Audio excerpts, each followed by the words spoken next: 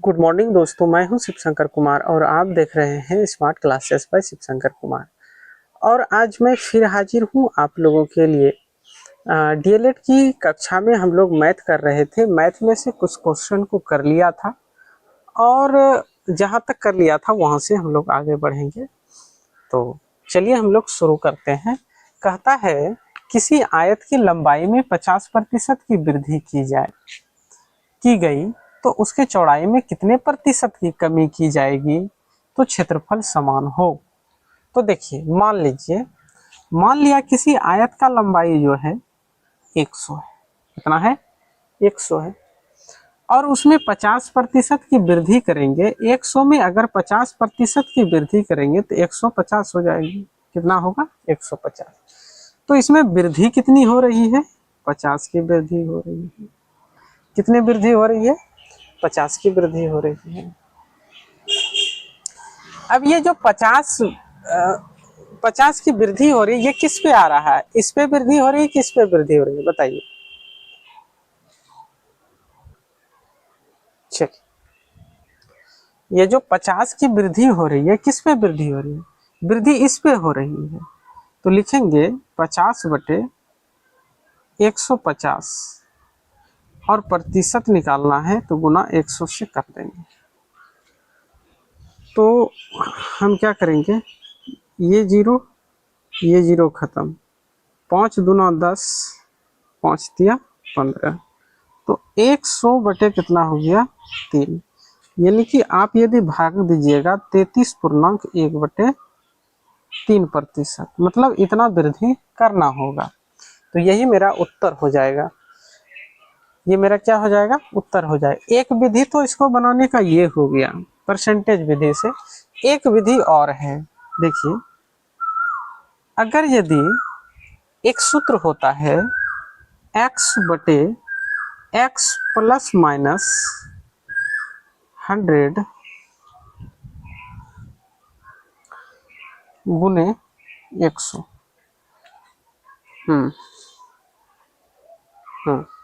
100 यहाँ प्रतिशत होगा। तो x जो है हम किसको मानेंगे? 50 को बटे 50। यहाँ पर क्या कर रहे हैं? वृद्धि कर रहे हैं तो प्लस करेंगे। अगर यदि घटाना होता तो माइनस करते हैं। प्लस 100 गुने 100। अब देखिए क्या हो जाएगा, 50/150 गुने 100। ये 0 0 खत्म, 5 9 10, 5 तिया 15। तो बराबर हो गया 100/3। तो कटाएंगे तो वही आएगा 33.1/3%। यही क्या हो गया? हमारा उत्तर हो गया। तो आपको जो अच्छा लगे, अगर ये नियम आपको अच्छा लगता है इस तरह से बनाइए। ये नियम अच्छा, इसमें आपको याद रखना पड़ेगा सूत्र, इसमें याद रखने का जरूरत नहीं है। मान लिए कि उसकी लंबाई 100 था, उसमें 50 बढ़ाए तो 150 हुआ। कितना वृद्धि हुआ? 50 का वृद्धि। किस पे वृद्धि हुआ है? 150 पे। प्रतिशत निकालना, 100 से गुना कर दिया, उसके बाद घटा दिया। मेरा उत्तर आ गया। चलिए अगले नंबर प्रश्न पर चलते हैं।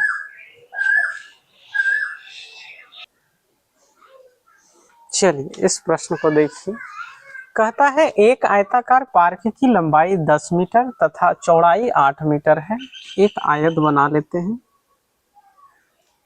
चलिए एक आयत बना लिया। इसकी लंबाई कितना है? 10 मीटर और चौड़ाई कितना है? 8 मीटर। ठीक है। इस पार्क के चारों ओर 1 मीटर चौड़ा रास्ता है तो रास्ते का क्षेत्रफल ज्ञात कीजिए। ये जो आयताकार पार्क है, इसके चारों तरफ 1 मीटर क्या है? रास्ता है। तो कह रहा है ये रास्ते का क्षेत्रफल ज्ञात कीजिए। ये रास्ते का क्षेत्रफल ज्ञात कीजिए। ये जो रास्ता है, इस रास्ते का क्षेत्रफल ज्ञात कीजिए। इस रास्ते का क्षेत्रफल ज्ञात करने के लिए ध्यान से देखिएगा।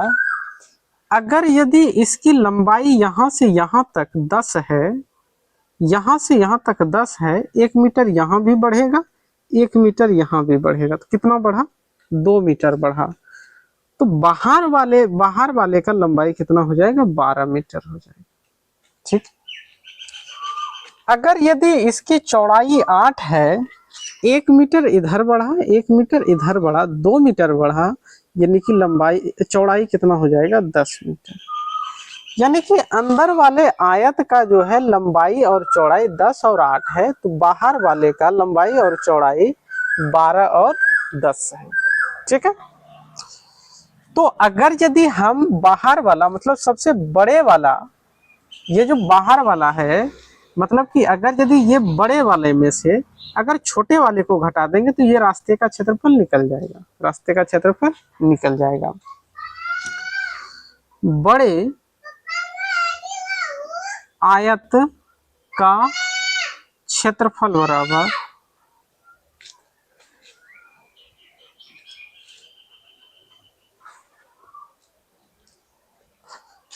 बड़े आयत का क्षेत्रफल क्या हो जाएगा, लंबा गुना चौड़ा हो जाएगा। तो मेरा लंबा हो जाएगा 12 गुना 10 यानी कि 120। छोटे आयत का क्षेत्रफल लंबा गुना चौड़ा, यानी कि लंबा है मेरा 10 गुना 8 बराबर कितना हो जाएगा, 8 80। तो बड़े वाले में छोटे वाले को घटा देंगे तो 12 8 है यानी कि 40 मीटर ये मेरा हो जाएगा रास्ते का क्षेत्रफल हो जाएगा। 40 मीटर किसका क्षेत्रफल हो जाएगा, रास्ते का क्षेत्रफल हो जाएगा।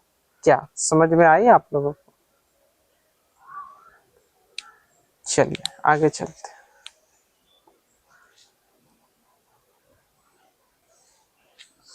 चलिए, कहता है एक आयताकार खेत के विकर्ण और चौड़ाई का अनुपात 5:3 है, तो उस खेत का परिमाप क्या होगा। चलिए, ये एक आयत हो गया, ठीक है, ये क्या हो गया, आयत हो गया।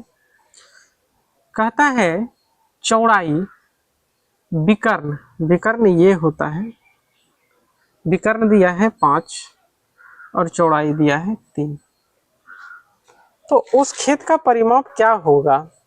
तो हम जानते हैं कि अगर यदि ये जो है, ये आपको कैसा लग रहा है, एक समकोण त्रिभुज लग रहा है। तो अगर यदि ये समकोण त्रिभुज है तो पाइथागोरस प्रमेय, तो हमने बताया था कि किससे किससे 5 बनेगा, यानी कि 3 और 4 से क्या बनता है, 3 4 से कितना बनता है, 5 बनता है।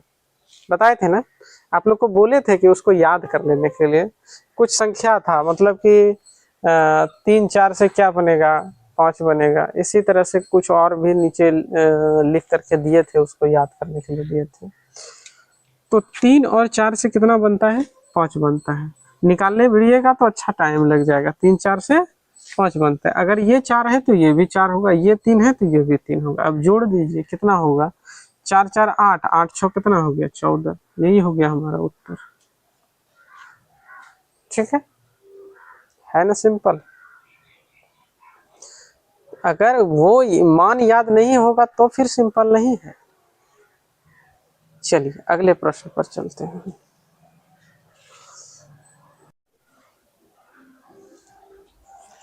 चलिए इस प्रश्न को देखिए, क्या कहता है, कहता है 80 गुना 60। 80 गुना 60 का मतलब हुआ 80 लंबा है, चौड़ा 60 है। मीटर आकार के एक आयताकार लॉन के बीचों बीच 10 मीटर चौड़ा रास्ता है। ठीक है, पहले एक आयत बना लेते हैं।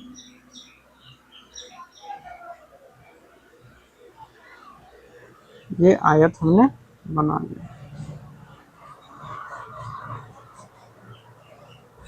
ठीक है।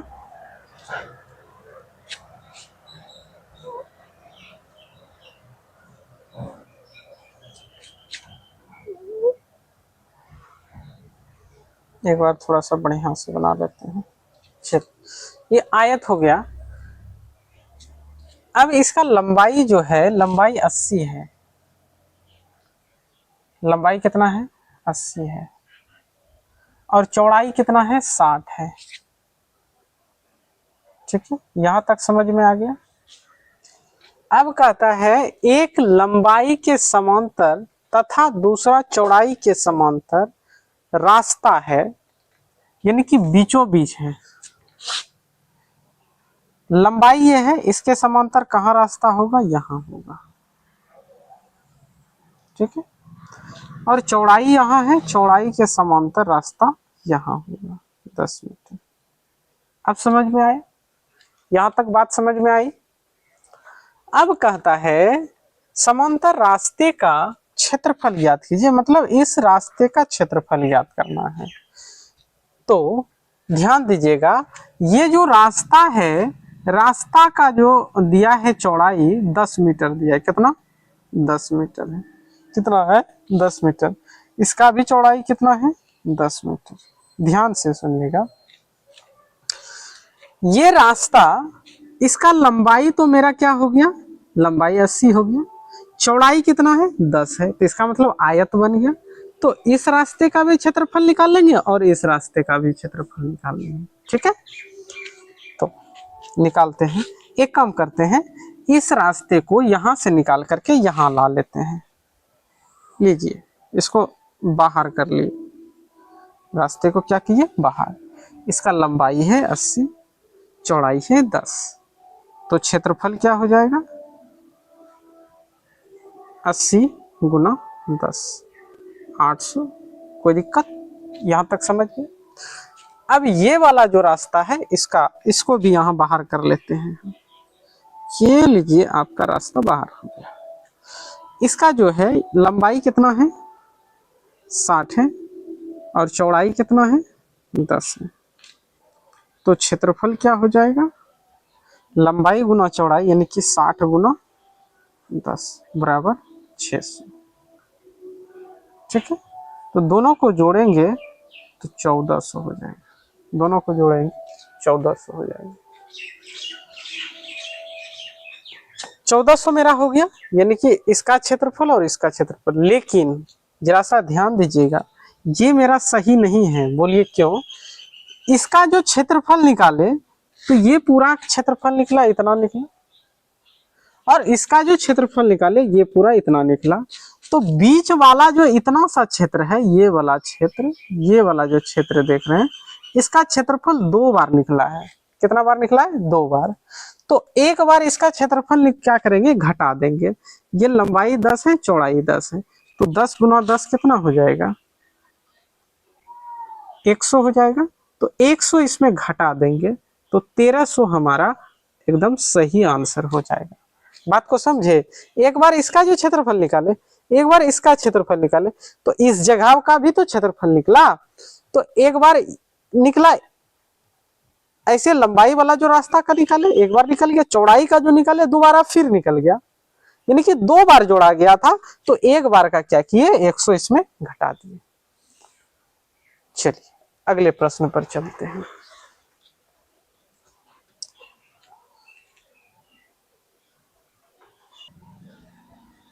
चलिए,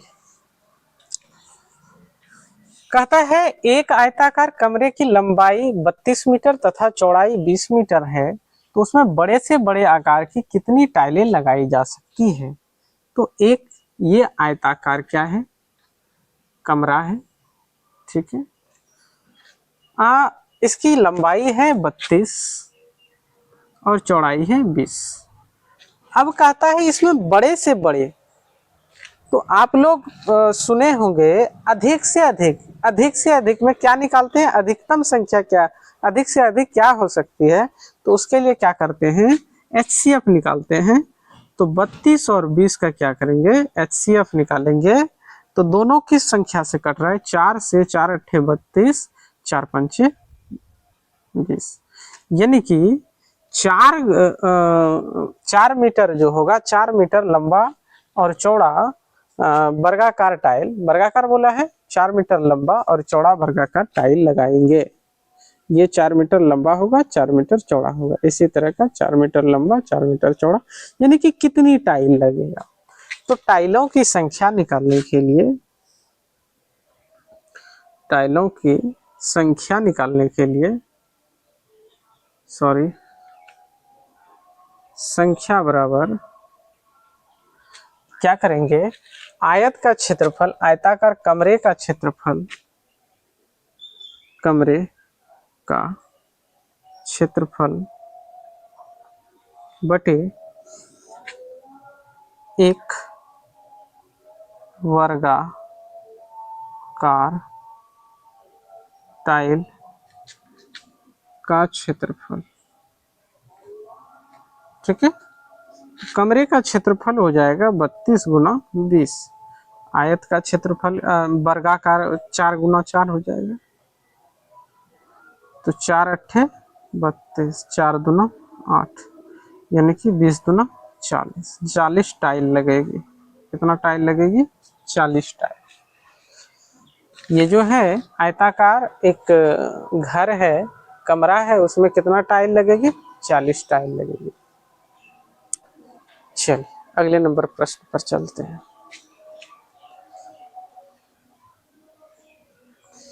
चलिए, कहता है 10 मीटर लंबा एक वर्गाकार कमरे के फर्श को वर्गाकार टाइलों से पूर्णतया ढकना है।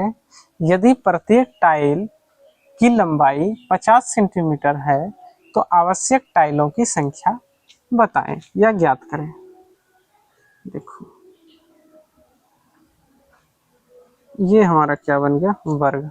ठीक है, 10 मीटर लंबा है और ये सेंटीमीटर है, तो कहीं ना कहीं इसको भी हम सेंटीमीटर में बदल लेंगे।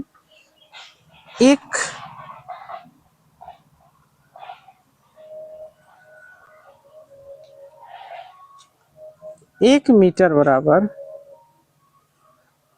100 सेंटीमीटर, तो 10 मीटर बराबर कितना होगा, 10 गुना 100, यानी कि 1000, यानी कि इसका लंबाई भी 1000, इसका क्या है, भुजा 1000 है, ये 1000 है, ये भी 1000, ये भी 1000, 1000, 1000 क्या है, सेंटीमीटर, क्या है, सेंटीमीटर।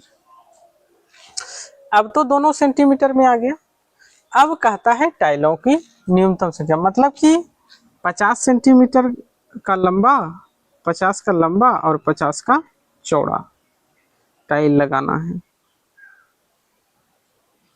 50-50 का लंबाई चौड़ाई का क्या लगाना है, टाइल लगाना है।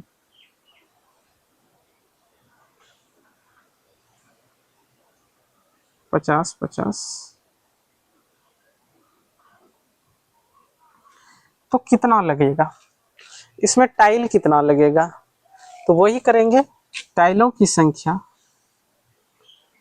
टाइलों की संख्या बराबर वर्गाकार कमरे का क्षेत्रफल बटे 1 टाइल का क्षेत्रफल। तो भुजा स्क्वायर होता है, यानी कि भुजा गुना भुजा करेंगे, यानी कि 1000 गुना 1000, ये कमरे का क्षेत्रफल हो गया, और टाइल का क्षेत्रफल हो जाएगा 50 गुने 50, तो 5 दूना 10, ये भी 20 हो गया, इसको भी कटाएंगे, ये भी 20 बार में, 2 दूनी 4, यानी कि 400 टाइल लगेगा। कितना लगेगा, 400 टाइल। टाइल कितना लगेगा इसमें, टोटल 400 टाइल लगेंगे। चलिए अगले प्रश्न पर चलते हैं। चलिए बनाइए, एकदम सेम प्रश्न है।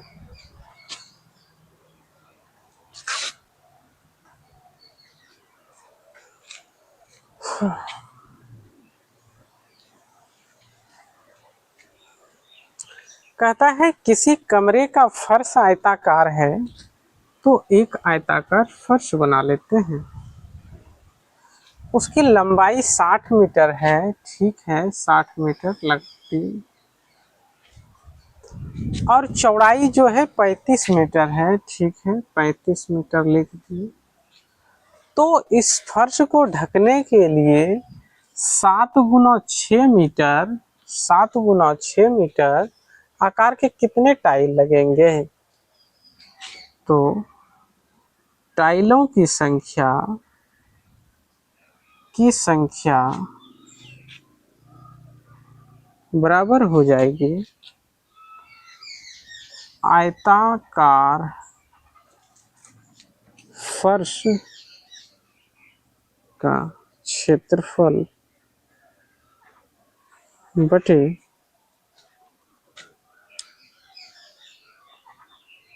एक टाइल का क्षेत्रफल। तो आयताकार फर्श का क्षेत्रफल हो जाएगा 60 × 35, लंबाई गुना चौड़ाई होता है ना, 60 × 35, और टाइल का क्षेत्रफल हो जाएगा 7 × 6, 6 ढंग 60, 7 × 5 = 35, यानी कि 50 टाइल लगेंगे। कितने टाइल लगेंगे? 50 टाइल लगेंगे। सेम प्रश्न था, एकदम बन गया। चलिए अगले प्रश्न पर।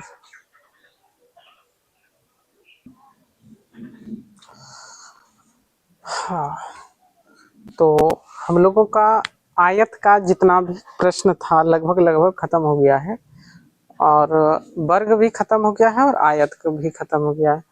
तो आज हम लोग यहीं तक रखेंगे, कल फिर हम लोग मिलेंगे। कल जो है हम लोग शायद बहुभुज करेंगे, बहुभुज के बारे में देखेंगे उसमें क्या है, तो बहुभुज को देख लेंगे, उसके बाद फिर जो है अगले चैप्टर पर चलेंगे। तो आज के लिए इतना ही रहने दीजिए। चलिए, जय हिंद, जय भारत, धन्यवाद। जाने से पहले यही कहूँगा, चैनल को सब्सक्राइब कर लीजिए और ज़्यादा से ज़्यादा शेयर करें, ताकि हमें भी वीडियो बनाने में मोटिवेशन मिले। आप लोगों को अच्छे से अच्छे तरीके से हम भी आप लोगों को जो है सुविधा देने का प्रयास करें और समझाने का प्रयास करेंगे। तो आज के लिए इतना ही। जय हिंद, जय भारत।